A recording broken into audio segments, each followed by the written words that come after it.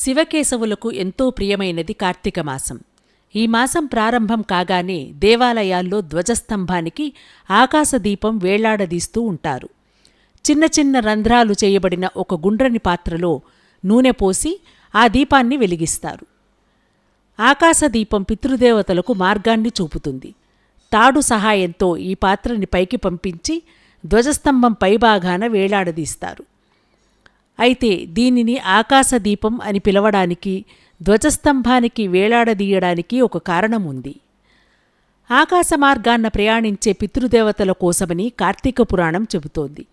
కార్తీక శుద్ధ పాడ్యము నుంచి పితృదేవతలంతా ఆకాశమార్గాన తమ తమ లోకాలకు ప్రయాణం చేస్తూ ఉంటారు. ఈ సమయంలో వారికి త్రోవ సరిగ్గా కనిపించడం కోసం ఆలయాలలో ఆకాశదీపాన్ని వెలిగిస్తూ ఉంటారు. ఆకాశదీపం శివకేశవుల తేజస్సును జగత్తుకు అందిస్తుంది.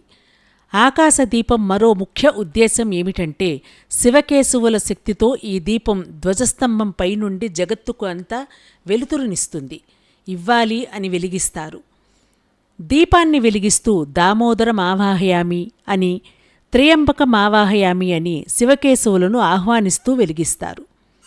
ఒక్కో చోట 2 దీపాలు శివకేశవుల పేరుతో వెలిగిస్తారు, లేదా ఒక దీపం పెట్టి శివకేశవుల్లో ఎవరో ఒకరిని దీపంలోకి ఆహ్వానిస్తారు. ఇలా శివకేశవుల తేజస్సుతో ఈ దీపం జగత్తుకు వెలుగునందిస్తుంది. అంటే సమాజంలో అజ్ఞానపు చీకట్లు తొలగిపోతాయి.